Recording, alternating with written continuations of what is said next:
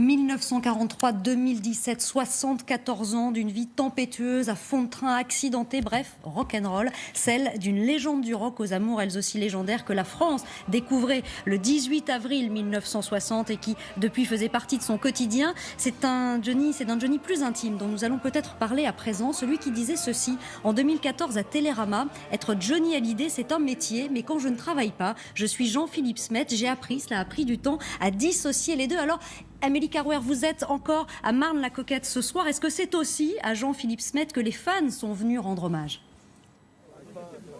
Oui, en effet, mais je vous propose de leur poser la question à ces fans de Jean-Philippe Smet. Je suis avec Jacques et Gersande, vous venez du Val d'Oise, vous avez fait un bout de chemin spécialement pour venir ici ce soir.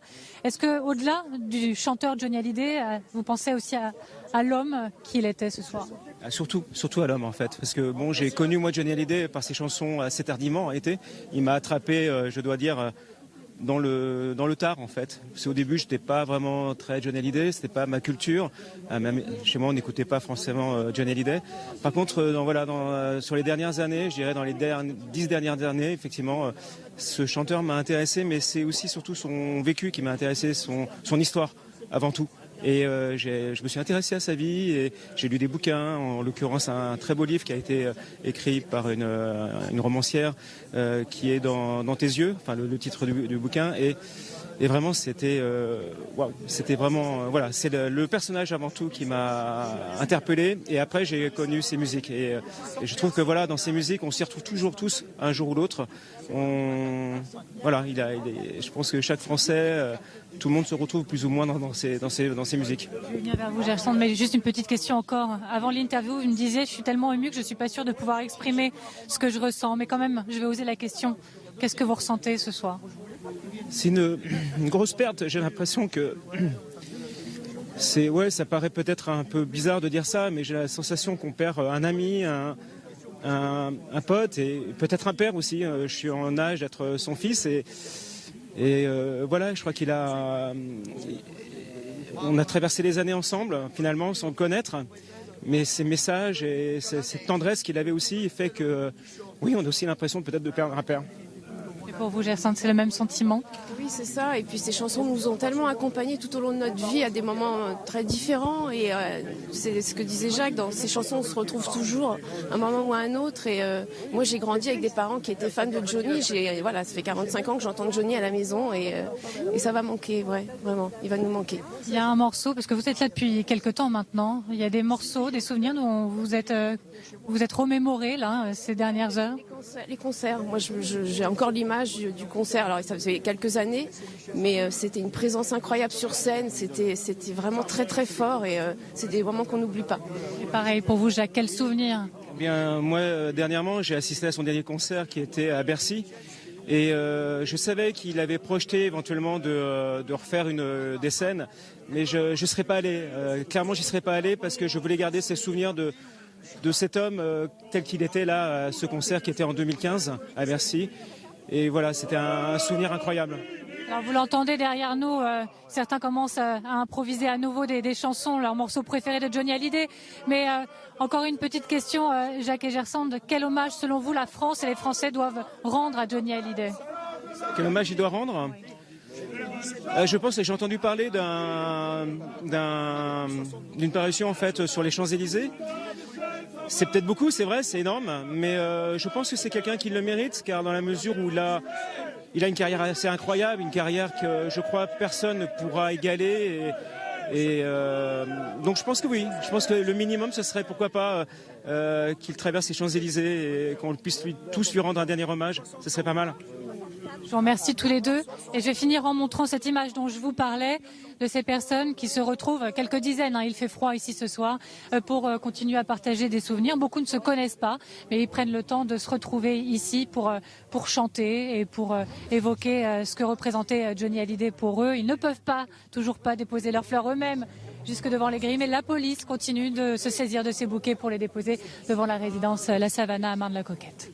Merci à vous, Amélie Carwer, en direct donc de Marne-la-Coquette. Hommage également à Bruxelles, car il n'y a pas que la France qui a chanté, et on l'entendait derrière vous, Amélie, il n'y a pas que la France qui a chanté Johnny. Justement, ces chansons, que nous disent-elles de l'homme, de ses fêlures, de sa démesure? Vous allez nous aider, messieurs, à répondre. André Berkoff, vous êtes journaliste et écrivain, et m'a-t-on dit, vous avez partagé certaines de ces nuits blanches.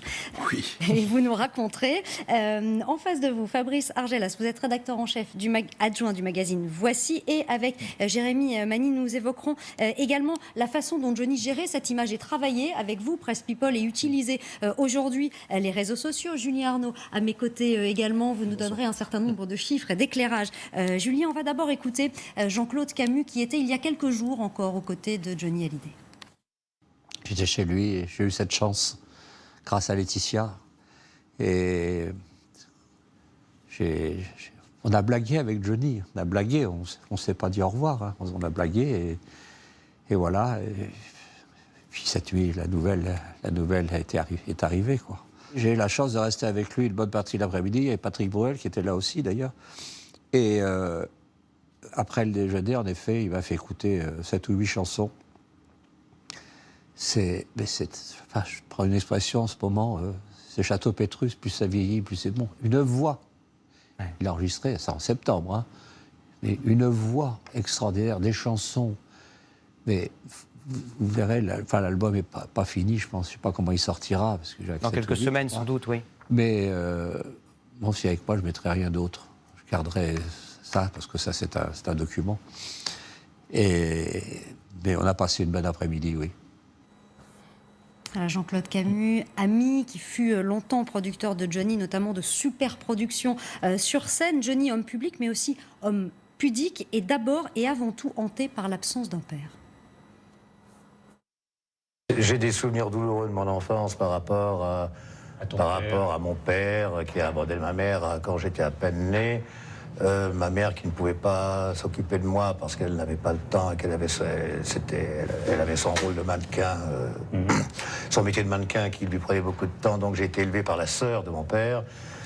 J'ai de très mauvais souvenirs d'enfance, donc quelque part je suis toujours un petit peu réticent d'en parler. D'abord j'ai 2 demi-frères, ce que peu de gens savent. Ma mère a eu deux fils avec son deuxième mari. J'adore ma mère, je peux pas dire du mal de mon père parce que mon père je le connais pas, il a vécu la vie qu'il a voulu, je ne l'approuve pas ce qu'il a fait. Il m'a rendu très malheureux toute ma vie, mais après tout il a fait comme il l'a entendu et puis moi j'ai rien à dire là-dessus. Et Bernard Violet vient de nous rejoindre. Bonsoir. Bonsoir. Vous nous raconterez ce rebelle amoureux parce que c'est le titre de la biographie que vous avez consacrée à Johnny Hallyday. Johnny qui parlait de son père. Est-ce que cette absence a joué, alors évidemment sur sa vie, mais aussi sur le personnage qu'il va se construire et qu'il va devenir? Oui, tout à fait. Comme disait Mauriac, l'enfance est la clé de toute vie. Et pour Johnny, il n'y a pas échappé. Abandonné par son père, alors qu'il était encore dans son berceau, et puis abandonné par sa mère. Voilà. Donc élevé par une tante, des cousines, et puis le fameux Lee Hallyday, dont il piquera le nom. Et un traumatisme. Les failles qui lui perdureront et qui l'ont traumatisé. Il ne pouvait jamais dormir tout seul, par exemple. Jamais dans le noir, tout seul. Et ça durait toute sa vie. Il y avait des actes assez significatif en psychanalyse, je veux dire que 4 ans, 5 ans, il mettait du caca sur les murs. Bon, il y avait quelque chose, quoi. Et effectivement, s'il a voulu, en fait, être acteur, il est devenu chanteur presque par hasard, si j'ose dire. Dans sa tête, c'était devenir acteur, comme son père, qui était un grand acteur, qui était un bon comédien. Reggiani a joué avec lui, Gianni. Et puis malheureusement, l'acteur belge a mal fini, quoi. André Berkoff, vous avez partagé quelques nuits avec Johnny Hallyday. On dit souvent que la nuit, on se livre un peu plus, qu'on va se confier. Est-ce que Johnny Hallyday parlait facilement? Avant, je voudrais vous raconter quelque chose, parce que je suis de la même génération. Que Johnny. Et j'ai commencé à Beyrouth, moi, journalisme. Et vous savez qu'à Beyrouth était, comme Marseille, etc., tous les artistes français passaient par là. Et dans les années 62-63, Johnny Hallyday est venu donner un concert. C'est le twist. C'était c'est le tout début. Le tout twist, absolument. Sauf que le ministre de l'Intérieur libanais avait interdit le twist comme immoral. Hein. C'était pas encore l'islamisme radical, mais il y avait quelque chose là. Et donc Johnny arrive, 21, 22 ans, moi je le reçois, on l'interview, et puis il s'est mis à pleurer parce qu'il apprend que son concert n'aura pas lieu, qu'on lui interdit le concert. Et je me rappelle vraiment déjà que le soir, on est allé dans l'appartement d'un de mes copains qui était très grand, on était 50, et avec son groupe, il a fait le concert qu'il devait donner, et c'était extraordinaire. Flash forward, 30 ans plus tard, chez Barclay, juste un mot, c'était ça aussi Johnny. Eh bien, Rhoda Scott, une extraordinaire organiste de jazz, elle commence à jouer du Elvis. Et Johnny, évidemment, Elvis, hein, c'est le dieu, son dieu l'art.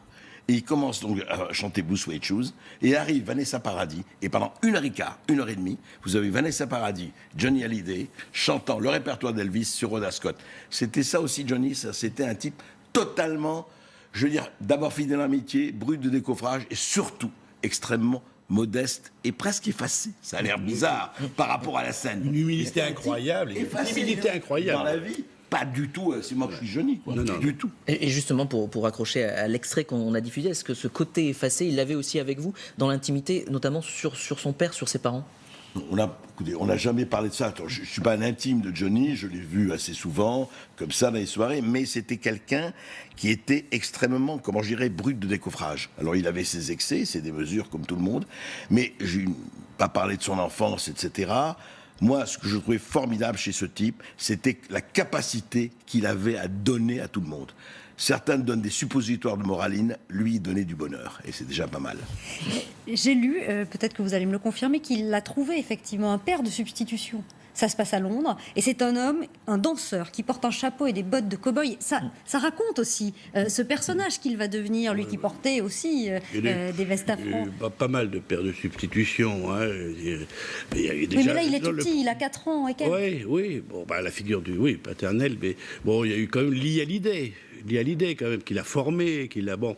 Après, il y aura Jacques Brel, et un jour, il a déclaré, bon, j'aurais bien aimé que Jacques Brel soit mon père. Bon, c'est cette recherche permanente, quoi, de la figure paternelle. Mais je rejoins tout à fait Berkoff sur ces qualités humaines, cette générosité profonde, bon, sa sincérité aussi, c'était quelquefois faux cul, mais enfin bon, il faut des fois composer. Qui ne l'est jamais. Bon, et qui marchait à l'intuition. Il marchait essentiellement à l'intuition, et tout en étant un homme de caractère. Je veux dire, quand il voulait trancher, quand il devait prendre une décision, il la prenait, hein, quitte à couper des têtes, machin. Bon, puis à la fin, il deviendra aussi un homme d'affaires moderne, si j'ose dire, parce qu'à la fin de sa vie, les 20 dernières années de sa vie, il a su enfin gérer ses affaires, ce qui n'a pas été évident pendant plusieurs décennies. Cette timidité, cette humilité, tout en sachant, vous le dites, hein, exactement ce qu'il voulait, ça se ressentait aussi dans les rapports qu'il avait avec vous, Presse People. Avec la Presse People, il avait des rapports extrêmement clairs avec la Presse People, il laissait tout faire. C'était un livre ouvert, Johnny Hallyday. On a suivi sa vie pendant 30 ans, sa vie privée, ses amours, ses divorces, ses mariages, les naissances de ses enfants. Je pense à Laura, la une de Paris Match qui tourne en boucle depuis ce matin sur toutes les chaînes. Jusqu'à la maladie en 2009, cette opération de la hanche qui a mal tourné, vous vous souvenez, le Cedar Sinai, l'aéroport à Los Angeles, la sortie en fauteuil roulant. Il avait comme ça, j'ai eu la chance de le rencontrer il y a une dizaine d'années, et il disait dans une interview qu'il nous a accordée, il disait heureusement que vous êtes là à la Presse People pour me recadrer de temps en temps. Ça fait partie de la règle du jeu. Tous les rapports de Johnny avec la Presse People étaient contenus, à mon avis, à mon sens, dans cette phrase. C'est rare les artistes qui disent ça, merci en quelque sorte à la Presse People. Voilà. C'était le seul dans sa catégorie ? Oui, dès comme ça, j'en ai jamais connu, effectivement. C'était hors norme, il était hors norme dans tous les sens, et y compris dans ses rapports avec la Presse People, parce que sa vie privée, il l'a donné. Il connaissait les noms des paparazzi. Dans les années 90, il les appelait par leur prénom tous. Il faut le savoir après, un peu moins, parce que le métier a évolué, le métier a changé, mais dans les années 90, il allait discuter avec eux, il buvait des coups avec eux. C'était vraiment ça, Johnny, avec le rapport qu'il avait à sa vie privée. Il la mettait en scène. On parlera aussi de ce qu'il faisait avec vous sur les réseaux sociaux. Mais naturellement, de toute façon, les réseaux sociaux, c'est la suite de ce qui est... C'est la suite logique. La suite logique, tout à fait, de la presse People. On va y revenir, évidemment. Je vous propose de ponctuer cette page spéciale de citations. Je vous en ai donné une tout à l'heure, une autre. Je suis un rocker et un rocker doit vivre comme un loup solitaire. Pourtant... Et vous le disiez, des femmes, il y en a eu autour de Johnny, les amours éphémères, les conquêtes d'un soir, d'un mois, et puis celles qui ont marqué sa vie.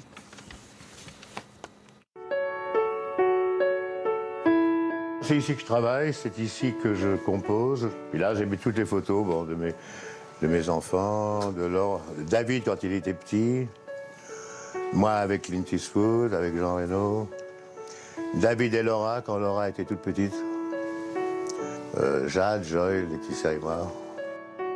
Sa force, son socle, c'est sa famille, son clan.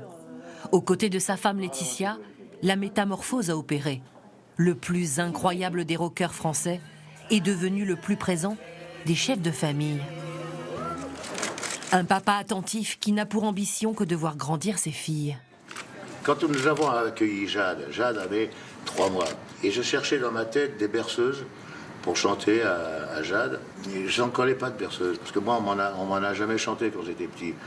Alors je lui chantais ce qu'il y avait de plus doux, Love Me Tender d'Elvis Presley. Love me tender, love me sweet. Laetitia est la 5e femme de l'artiste qui a longtemps cherché l'amour. C'est mon amour. Et tout au long de sa carrière, sa vie d'artiste ne sera que le reflet de sa vie d'homme.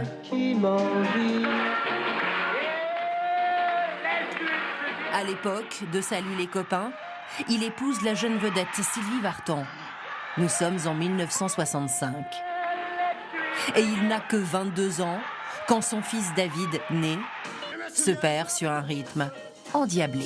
Voici David, blond, les yeux bleus, superbe, 3,05 kg. Son mariage durera 10 ans. À 40 ans, Johnny se relève et Nathalie Baye entre dans sa vie sur un tube de Michel Berger. Un virage plus sage et moins rock dans la vie de l'artiste. Du jeu de la séduction naîtra Laura. Petite fille qui pèse 3 kg 950 grammes. Et elle s'appelle Laura, voilà. Le temps passé me remplit de toi. La séparation, le temps des copains, les conquêtes, Adeline. Avant la rencontre, avant la dernière femme de sa vie. Pendant 20 ans, Laetitia va lui construire une stèle. Celle du père comblé. Lui, qui n'a jamais été fils.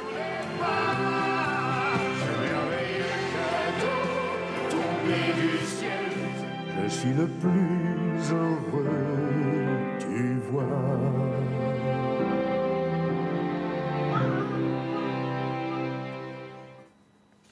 Nous en avons entendu quelques-unes. Ces chansons, elles racontent aussi cela. Elles racontent aussi sa vie.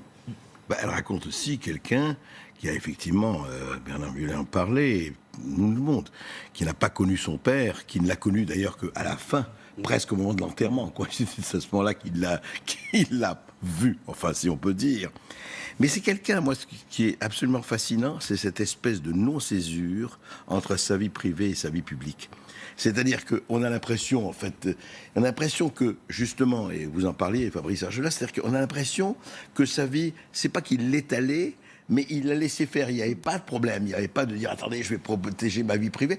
Parce qu'il n'y avait pas de problème fondamental. En revanche, ces excès, ces démesures, c'est vrai, il les vivait dans un monde aujourd'hui corseté par le politiquement, le mentalement, le gastronomiquement, le diététiquement correct. Lui, il y allait, hein.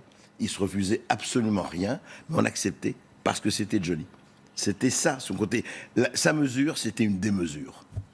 Il était désarmant de ce côté-là, je veux dire, de tout balancer. Jamais. Les interviews, la drogue, oui, le sexe, oui, l'alcool, oui, les cigarettes. Il désarme face à un journaliste. Bon, et puis il savait exploiter aussi la presse people. Il était malin, il ne faut pas déconner. Il jouait avec ça. Oui, mais c'était gagnant pour vous, gagnant pour lui. C'était gagnant-gagnant, c'était une relation gagnant-gagnant, bien évidemment. Voilà. Bien évidemment. Tout le monde y trouvait son compte. Lui, nous, le public, surtout le public, qui demande autre chose de la part de Johnny que sa musique, qui demande Johnny. Lui, il veut entrer dans sa vie. L'homme, ce qu'il est, ce qu'il représentait. Un, il pouvait rien faire, et deux, ça le servait. Bon, c'est ce qu'il m'a dit. Bon, qu'est-ce que je fasse? Bon, autant en profiter.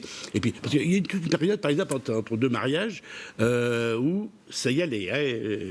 Johnny séducteur, quasiment tous les mois, on avait la une de Paris, la couverture de Paris Match avec une nouvelle conquête. Je dis, mais ça fait beaucoup ça. Puis, donc vous exposez. Je dis, non, bon, c'est comme ça, bon, c'est comme ça. Et puis, je vous dis, pourquoi toutes ces conquêtes-là, ces mannequins et compagnie? Je dis, oh, bah, c'était simplement pour embêter Sylvie, pour rendre jalouse Sylvie.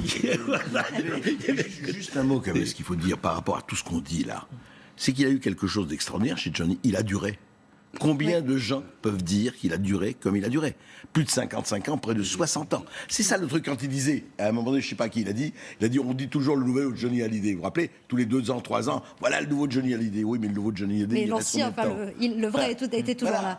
Je veux dire, il a duré. Et c'est ça, en fait, finalement, le vrai truc. Parce qu'on dit il a été has-been, il n'a jamais été has-been. Il a duré. Vous faisiez référence à ces couvertures de Paris Match. Il y en a eu d'autres, évidemment, pour d'autres magazines, mais une histoire particulière quand même. Une histoire singulière et particulière avec l'hebdomadaire Paris Match. Première couve de Johnny Hallyday, Paris Match, c'est en 1962. Et à l'époque, il a 19 ans. Et puis ensuite, à chaque fois, effectivement, on parlait avec Sylvie, avec Nathalie Baye, avec Laetitia Hallyday. L'une des dernières fois, c'était en juin dernier. Johnny Hallyday qui faisait la une de Paris Match dans les coulisses de sa tournée des vieilles canailles. Et au total, il y a eu plus de 70 une de Paris Match, donc, avec Johnny Hallyday. Autre chiffre, parce que c'est Johnny, ça aussi, plus de 2170 couvertures de magazines avec, donc, à l'affiche Johnny Hallyday. Ces couvertures sur lesquelles on voit Johnny Hallyday, alors avec Sylvie, ils incarnaient cette jeunesse libre, gaie, c'était... Petits fiancés de la France, à l'époque, André, vous vous souvenez? La presse les appelait les petits fiancés. C'était beau, c'était glamour, ils étaient magnifiques tous les deux, c'était extraordinaire. On a vu également Nathalie Baye, plus discrète, autre période, disait Corinne Main dans son reportage. Et puis Laetitia, il y a un avant et un après Laetitia. C'est un tournant? Clairement. Il y a un avant et un après Laetitia. Elle a mis de l'ordre un peu dans la vie de Johnny. Elle a un petit peu séquencé. Elle a fait un peu de ménage aussi, il faut le dire. Même si chez ses copains. Exact, tout à fait, chez ses copains. Et elle l'a un peu posé, elle l'a un peu ancré. Ils ont réussi cette adoption après laquelle ils couraient tant. Ils voulaient avoir un enfant ensemble. Ils en ont eu 2 adoptés, Jade et Joy. Et ça a été le grand bonheur de la fin de sa vie. Ces 20 dernières années avec Laetitia ont été une vraie réussite. Je me souviens quand Laetitia est arrivée dans sa vie, on ne lui donnait pas 10 jours, 15 jours. Ça allait être une fille de plus qui allait passer. Et bien pas du tout. Tout le monde là-dessus s'est trompé. 22 ans. Et est-ce que cette arrivée de Laetitia dans la vie de Johnny Hallyday, peut-être une image en direct en ce moment même? Voilà, Julien, cette image en direct de Marne-la-Coquette, devant donc le domicile de Johnny Hallyday. C'est Eddie Mitchell, nous dit Amélie Carwer, notre envoyé spécial à Marne-la-Coquette, qui quitte donc le domicile de Johnny Hallyday. Eddie Mitchell qui était venu le voir il y a quelques jours et qui disait ce matin qu'il avait perdu plus qu'un ami, qu'il a perdu un frère. Il s'était retrouvé autour pour former les vieilles canailles également avec Jacques Dutronc. Ils étaient remontés sur scène ensemble. Johnny avait aussi un autre projet d'album. Voilà pour cette image donc en direct ce soir de Marne-la-Coquette. On va parler des enfants et de son rapport à ses enfants. On va entendre à nouveau Johnny Hallyday, mais j'avais une question pour vous, Bernard Violet. Il y a une femme mystérieuse dans sa vie.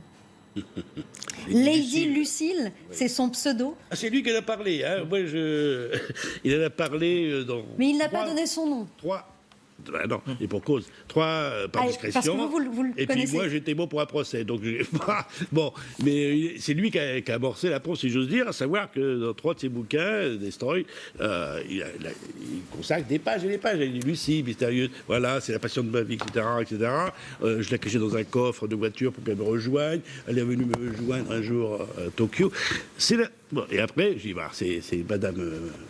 la grande actrice blonde célèbre. Une grande actrice blonde française. Star française. Et il me dit oui. Bon. Et puis il commence à me confirmer tout ce qu'il a raconté dedans et en m'avouant que c'était la grande passion de sa vie. moi jusqu'à Laetitia, voilà. Et qu'ils se sont retrouvés fréquemment, après chaque rupture, machin, il la retrouvait, ils se retrouvaient, et ça avait commencé à l'époque déjà de Sylvie. Sylvie avait très mal vécu la chose. Hein, Ils ont tourné ensemble dans un film qui s'appelait Les Parisiennes. J'ai oublié. Cela étant, alors Julie, donc je recueille ses confessions, si j'ose dire, sur 2 pages, et je lui dis, mais si je publie ça, je suis bon pour un procès, vu le côté procédurière de l'actrice. Il m'a dit oui, il y a des chances. Enfin, il m'a, comme on disait tout à l'heure, désarbré, il m'a raconté tout. Oui, c'est bien elle, etc. Bon, mais voilà. Il ne faut pas oublier quand même, pardon, c'est bien de parler de ça, mais je ne faut pas oublier pourquoi Johnny était aussi aimé. C'est parce que c'était non seulement un immense interprète, c'est parce qu'il a fait tout ce qu'il a fait du point de vue des concerts, etc. Et parce que, moi, ça m'a toujours fasciné, c'est que ce type n'a pas suivi les modes, il a été les modes. C'est-à-dire qu'à un moment donné, on a dit, vous savez, il était un caméléon sur un plaid écossais, il fallait être hippie, il était rocker, il était twister, il était ceci, il était cela. Mais c'est d'abord un crooner. Ce type a été d'abord un gigantesque crooner, que ce soit Tennessee et compagnie. Mais je veux dire, il faut voir Johnny après sa vie privée, évidemment. Elle n'était pas faite de privation, on le sait. Mais d'abord, ce qui restera de lui, c'est ce que vous montrez depuis ce matin. C'est cet amour immense que lui renvoie. Oui, parce qu'il faisait partie, il a naturalisé le rock. Le rock, c'est pas français, hein. On va se raconter des histoires. Il l'a naturalisé quelque part. Et c'est quand même très fort. Fabrice Argelas, juste avant de voir cette image en direct à Marne-la-Coquette, l'arrivée d'Eddie Mitchell, on se rappelle, hein, Claude Moine, ils étaient ensemble au Golfe d'Euro. C'est Robert Rue qui l'a raconté ce matin ici sur le plateau de LCI. Sur la femme, Laetitia Hallyday, au-delà de cette nouveauté dans sa vie privée, est-ce qu'elle a changé quelque chose? Est-ce que c'est aussi un tournant sur le point de vue professionnel? Beaucoup disent avec Laetitia, c'est un nouveau Johnny, un nouveau chanteur qui est arrivé. Bien évidemment, elle lui a fait rencontrer toute une génération d'auteurs, compositeurs. Yarol Poupeau, Maxime Nucci, elle lui a expliqué la nécessité de se renouveler au début des années 2000. Il a écrit des très belles chansons, il a chanté des très belles chansons, il a sorti des très beaux albums, je pense notamment à un de Miossec, La Tante, en 2012. Donc oui, elle joue un rôle majeur dans sa vie musicale, artistique. Elle est partout, elle est omniprésente et voilà. Et on lui doit sa présence sur les réseaux sociaux. Hein. C'est surtout elle qui est derrière. C'est elle qui, notamment dans les derniers mois de sa vie, publie un certain nombre de photos sur Instagram où elle est très populaire, avec des photos très privées, mais très pudiques également, qui ont contribué encore à renforcer cette image qu'elle avait de femme forte derrière lui et de famille soudée. Jade, qui a 13 ans maintenant, est rentrée sur Twitter il y a 1 mois et a écrit un message très, très touchant d'encouragement à son papa, probablement avec la maman derrière, on l'imagine. Donc elle n'est pas juste influencée dans sa carrière, elle a aussi influencé son virage vers les réseaux sociaux, où ses fans ont pu être en contact un peu plus direct encore avec lui. Parce que notamment sur Twitter, il avait l'habitude de répondre à certains de ses fans, des inconnus, hein, ce qui contribue aujourd'hui au fait qu'il y ait des millions de contributions, de commentaires qui soient un peu comme ceux qu'on a vus dans vos reportages au début d'Anonyme, comme ceux d'André qui l'ont un peu plus croisé, mais tout ça se mélange et souvent avec un concert de louanges assez touchant. Laetitia Hallyday, c'est elle qui a annoncé d'ailleurs la disparition de Johnny. Il était 2h44 lorsque cette alerte, ce flash est tombé sur le fil de l'AFP. Elle a ensuite publié un texte et ces mots émouvants. Johnny est parti, j'écris ces mots sans y croire et pourtant c'est bien cela, mon homme n'est plus. Elle évoque également dans la suite de ce texte le père qu'était Johnny Hallyday. On va l'écouter, parlons lui de ses enfants. J'ai envie de vivre un peu pour moi, ça fait 50 ans que je vis toujours pour le public, pour le métier que je fais. Puis maintenant j'ai des enfants en bas âge, j'ai envie de les voir grandir, j'ai pas envie de les voir, les avoir au téléphone, alors que moi je suis à 800 km de là.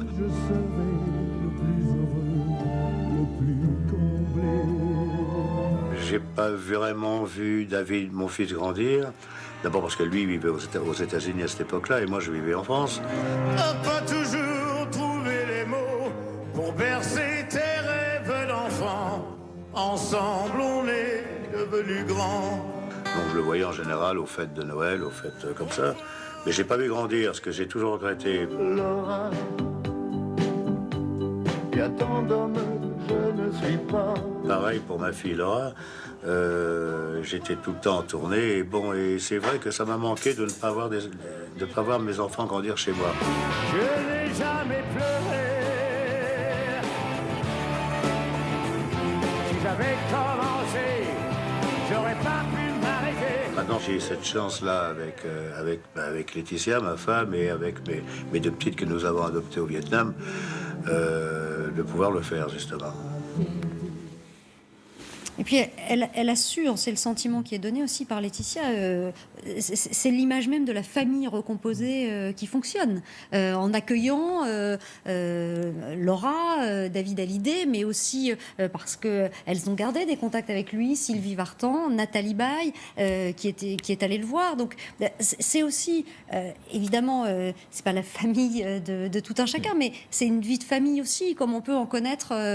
C'est une vie de famille française. Moderne, c'est souvent souligné ça. C'est très très moderne, famille un peu recomposée, des enfants adoptés, en plus race asiatique, donc ce côté petit monde où on peut à un moment adopter des gens différents, et donc c'est très fort, c'est quelque chose qui a énormément renforcé son image, je pense. Les spécialistes pourront peut-être le confirmer, mais c'est très apprécié et c'est souvent cité, ça, ce côté papa sur le tard, certes, faut dire aussi. Mais sincère. En tout cas, vu comme ça. David, il a morflé. Il est tombé aussi sur des femmes toujours très intelligentes. Sur Sylvie, des sacrées petites bonnes femmes courageuses, parce que elle a morflé quand même avec Johnny, hein, bon. Et puis bon, Nathalie Baye. Ah oui, non, c'est toujours eu bon choix. Ce qui est, encore une fois, je reviens juste un truc sur la durée. Vous savez, les rockers, ça ne vit pas très longtemps en général. Hein? Rappelez-vous toute la génération des 27 ans, mort à 27 ans, les Jimi Hendrix, qui a d'ailleurs joué avec Johnny Hallyday, qui a été son guitariste, mais tous les autres, enfin, il y en a eu beaucoup. Et même plus récemment, Amy Winehouse, par exemple. Amy Winehouse, 27 ans. Kurt Cobain. Et Elvis Presley, je rappelle, il est mort à 42 ans. On oublie ça. Il est mort overdose d'aliments, de tout, etc. Johnny, ce qui est étonnant, c'est qu'il a fait les 400 coups, mais il s'est super protégé. Et il a su toujours, quelque part où on l'a super protégé, je ne sais pas, je ne connais pas sa vie privée assez, mais quand même, c'est-à-dire que ce type a tenu le coup et il était là. Alors que la vie d'un rocker, en général, c'est très rare qu'il dure comme ça très très longtemps. Il n'y en a pas beaucoup. C'est pour ça que l'image du loup solitaire, là, moi, j'y crois pas trop. C'est une citation. Toujours, il a créé son clan. Il a toujours été très bien entouré, entre sa bande, ses femmes et tout. Et Laetitia, c'était le début du patriarche, quoi. Sachant qu'il avait perdu vachement de temps avec David, qui se sont retrouvés vraiment vers 35 ans, quoi, les deux hommes, avec ses très bel album. Bernard Violet, est-ce que cet attachement à la famille, cette importance de la paternité est venu sur le tard chez Johnny Hallyday? Oui, tout à fait, parce qu'il avait raté un peu, il le reconnaît. Il ne le cachait pas, c'est vraiment la réalité, quoi. Il aurait pu dissimuler. Avec une sincérité désarmante, il racontait qu'effectivement, il avait eu peur de devenir père. Il avait 22 ans quand David est né. Et puis la vie de star et de fou qui menait, c'était impossible. C'est rare de pouvoir, c'est pas compatible. Et puis donc ils se sont trouvés assez tard avec David, et puis avec Laetitia, c'est vraiment voilà, la vie de patriarche, et puis avec sa tribu, quoi. Il était très tribu, même de façon injuste, parce que il y avait dans son entourage des gens pas forcément recommandables ou des gens qui avaient fait des conneries, mais il les défendait mordicus, la famille, le clan, on les touche pas. La réconciliation avec David, on peut dire qu'on en a entendu un extrait tout à l'heure, c'est avec l'album 100%, cette chanson que David écrit à son père, absolument sublime, formidable. Il la chante même sur scène tous les deux, et ça donne des frissons. Meilleur album. Pour moi, je lui ai dit quand c'était... Ah bon? Ah oui, je lui ai dit, pour moi... Moi, j'étais pas Johnny, moi j'étais Jacques Brel, Brassens, adolescent, c'est mon frère, le Banane qui était. En tout cas, actuellement, de savoir quelle est la meilleure chanson, quel est le meilleur album. Il y a débat sur les réseaux sociaux. Ce qu'on ressent. Voilà. Difficile de choisir. C'est en 82 que je l'ai eu sur scène, que là j'ai eu le choc, et puis grand amour avec Johnny. Mais bon, 100%, non, il n'y a rien acheté. Tout, parce que les albums, tu as 2, 3 belles chansons qui restent. Et là, 100%, vraiment, d'un bout à l'autre. La chanson de ses racines, quand même. Enfin, pour moi, si on ne va pas faire le concours, et pour moi, c'est toute la musique que j'aime. Pour moi, la chanson des racines de Johnny, ce côté rhythm and blues, etc., c'est quand même ça. C'est-à-dire que c'est une chanson, d'ailleurs, pas par hasard qu'il finissait très souvent ses concerts avec ça. Parce qu'à la fin, c'est quoi? Et c'est ça extraordinaire, parce qu'on n'a pas aussi parlé assez, enfin on a parlé l'Amérique rêvée de Johnny, mais c'est pas l'Amérique rêvée. C'est l'Amérique réelle. On dit oui, Johnny a inventé une Amérique parce on a tendance à dire ouais, l'Amérique, c'est l'américain, machin, etc. Non, c'est aussi l'Amérique. Et Johnny avait ce côté, c'est aussi l'Amérique. Et son Amérique rêvée, c'est une Amérique réelle. Moi, j'ai fait la route 66. Elle existe, la route 66. Hein. C'est pas. Elle existe toujours. Imaginaire et fantasmatique. Elle existe. Il avait aussi, Johnny Hallyday, ce refuge à Los Angeles. On va retrouver aux États-Unis. Et vous m'offrez une transition parfaite. Notre correspondant Axel Monnier, bonsoir. Axel, je disais un refuge parce que il expliquait à Los Angeles, il y vivait une partie de l'année avec sa famille depuis 2010. Il pouvait y jouir d'un certain anonymat. Oui, c'est exactement pour cela qu'il avait choisi depuis 2013 de vivre dans cette maison située à Pacific Palisades. C'est un quartier huppé, un quartier très calme où de nombreuses stars vivent ici sans problème, en toute tranquillité. Et c'est exactement ce que cherchait Johnny Hallyday. Il faut aussi préciser quand même que Johnny Hallyday est évidemment moins connu ici que ses grands voisins comme Tom Hanks ou Steven Spielberg. Mais c'est exactement ce qu'il est venu chercher, pouvoir profiter de cette maison où il travaillait la musique, notamment son dernier album qu'il a en grande partie préparé ici, pour pouvoir surtout se consacrer à sa famille. Et c'est vraiment ce qui lui tenait à cœur, pour profiter de sa femme et de ses deux filles qui grandissaient, pouvoir les voir ici grandir, loin du tumulte de la France, loin des passions qui déchaînent évidemment dans notre pays, en Belgique ou en Suisse également, où il a vécu avant de venir vivre ici aux États-Unis. Bref, il s'était offert ce havre de paix pour quelques millions de dollars. Pour l'instant ici, eh bien c'est aussi très calme, à l'image vraiment de cette vie qu'il avait choisie depuis quelques années ici. Quelques médias français, on a vu quelques fans très peu nombreux des Français vivant à Los Angeles venir se recueillir. Des employés de maison sont en train de garder, de nettoyer la maison comme si de rien n'était. Mais ici, c'est très calme et les quelques voisins avec qui nous avons pu parler nous ont expliqué qu'ils connaissaient Johnny, qu'ils savaient à peu près qui c'était, mais qu'ils respectaient la discrétion qu'il avait choisie en venant s'installer ici à Pacific Palisades à Los Angeles. Axel Monnier en direct de Los Angeles. Est-ce que on parlait de cette vie très ouverte à la presse People et puis qui ensuite, et vous le disiez, les réseaux sociaux, c'était la suite logique. C'était peut-être le prix aussi de cette tranquillité donnée. Oui, alors, et si je peux me permettre quand même quelques notes un peu dissonantes, parce que pas 100% des Français qui sont fans de Johnny Hallyday, ce qu'on a vu là contribue à alimenter les quelques messages plus négatifs, si je peux me permettre de citer quelques minutes, qui évoquent la Suisse, la Belgique, on l'a entendu, et puis les États-Unis, où un certain nombre de Français lui reprochent ce côté exil fiscal, ce côté non patriote, tel que ce sont leurs mots. C'est-à-dire qu'il serait parti pour ne pas payer ses impôts. Il avait d'ailleurs lui-même dit qu'on payait trop d'impôts en France et que ce n'était pas normal. Il y avait eu quelques déclarations un peu malheureuses comme ça. Et donc c'est encore un peu le poil à gratter sur les réseaux sociaux. Les quelques personnes qui ne vont pas dans le sens commun de pleurer la mort de Johnny Hallyday reprochent énormément ce côté-là. Alors je comprends qu'il ait voulu fuir aussi parce que c'est très présent les réseaux sociaux et les gens peuvent vous voir à tout moment, mais ça lui a été reproché quand même. Les réseaux sociaux sur lesquels Johnny lui-même postait un certain nombre de scènes de la vie quotidienne. Et lui aussi, via son compte Twitter et Instagram. Sur Twitter, c'est ce qui peut paraître assez énorme pour un septuagénaire quand même. Il faut recadrer quand même le Twitter. C'est pas forcément le média des plus de 50 ans au global. Hein, et d'ailleurs, c'est plutôt le média souvent un peu plus jeune. Donc ça doit être un des records. Hein, je vais pas le vérifier, mais probablement un des records. Donc c'est quand même quelqu'un qui a assez vite embrassé les réseaux sociaux et qui participait activement. On va voir justement à quoi cela ressemblait d'entrer un peu en images animées dans la vie de Johnny avec Mathieu Poissonnet. Juin dernier, concert des vieilles canailles. En coulisses, Laetitia filme, moments rares et précieux, Johnny dans l'intimité.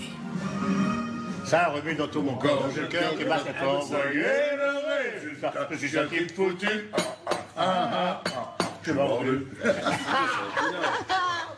Ces derniers mois, sur Internet, Laetitia partage des moments de bonheur, des sourires, de l'amour. Ma belle Laetitia, ma belle Laetitia. Jade offre à son père l'interview la plus touchante de sa carrière.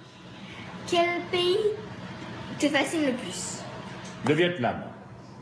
Parce que mes filles viennent du Vietnam et c'est un pays que j'adore. Moi aussi je t'aime. Loin de la scène, Johnny s'entoure des siens, ses 4 enfants, sa femme, ses amis. Et puis il y a l'autre histoire d'amour, celle d'une star et de ses fans. Jamais le lien n'est rompu, même pendant la maladie.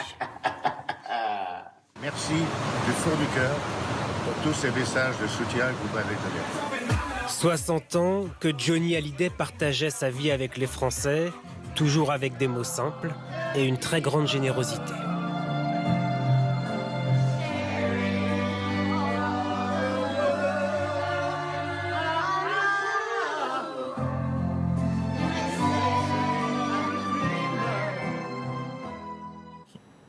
Voilà pour ces images. On avait le sentiment, pour ceux qui sont sur Twitter aujourd'hui, qu'un tweet sur deux quasiment était un hommage à Johnny Hallyday. C'est difficile à quantifier parce qu'il y a plusieurs, ce qu'on appelle les hashtags, les mots-clés sont divers et variés, donc puis tous ne citent pas forcément Johnny Hallyday lui-même, donc difficile sans rentrer dans trop de détails. Il y avait beaucoup de hashtags légende aujourd'hui. Il y a hashtag légende, il y avait des mots comme ça effectivement qui étaient très très forts. Ce qui est sûr, c'est que c'est du jamais vu. Pour un artiste français, c'est plus ou moins vu aux États-Unis avec David Bowie, avec Michael. Justin Bieber qui en avait 1 million. Voilà, je parle de décédés, des gens décédés récemment, on va dire, c'était l'année dernière. Prince aussi, voilà, c'était quelque chose d'un peu similaire. Mais en France, jamais autant de messages de condoléances, autant de messages de témoignages tels que tous ceux qu'on a pu entendre là et puis lire sur des plus anonymes.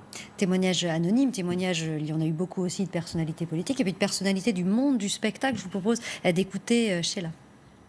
J'ai partagé des moments. Alors Johnny, il y avait le Johnny flamboyant de la scène, puis il y avait le Johnny discret, timide, qui était chez lui et qui vivait. Moi, je l'ai rencontré à l'île Maurice la dernière fois que je l'ai vu. Il était en vacances avec ses enfants et Laetitia.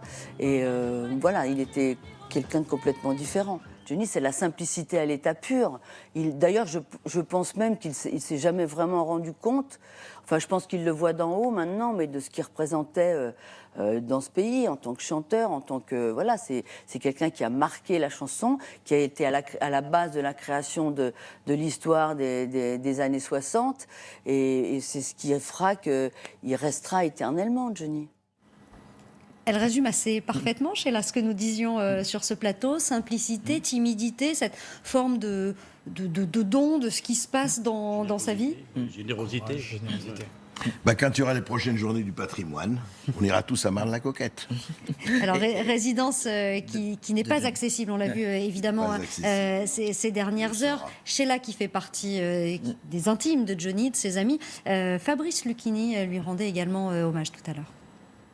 Faisait partie des immenses stars qui enlèvent toute intimidation. Et quand vous étiez à côté de lui, il te donnait l'illusion ou la réalité, je ne sais pas, qu'il n'était pas cette incroyable légende. Il avait une manipulation de la simplicité qui était prodigieuse. Il y a tellement de choses à raconter qu'on est un peu dépassé et surtout on n'a pas l'impression que c'est réel. On n'a pas la sensation que cet homme va mourir ou est mort. C'est inconcevable. C'est très étrange comme sensation. Le style très particulier, comme toujours, de Fabrice Lucchini pour rendre hommage à Johnny Hallyday. Tout à l'heure, on a écouté Sheila, je ne sais pas si vous vous souvenez, André Berkoff notamment, cette une de Salut les copains. Pour le numéro spécial, on doit être en avril 66, c'est Jean-Marie Perrier qui prend la fameuse photo.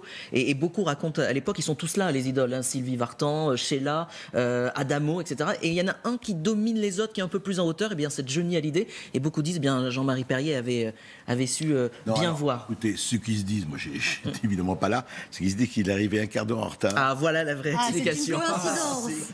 Absolument. Et il a vu, tout le monde était déjà en place pour la photo. Et donc lui, lui est allé derrière et il s'est placé là où il fallait. 56 mètres, voilà. Il savait déjà où il était. Ah oui, ça a été. Écoutez, moi, c'est Daniel Philippaki qui m'a raconté ça. Il m'a dit que Johnny était arrivé et il s'était glissé où il fallait. Il est arrivé après les autres.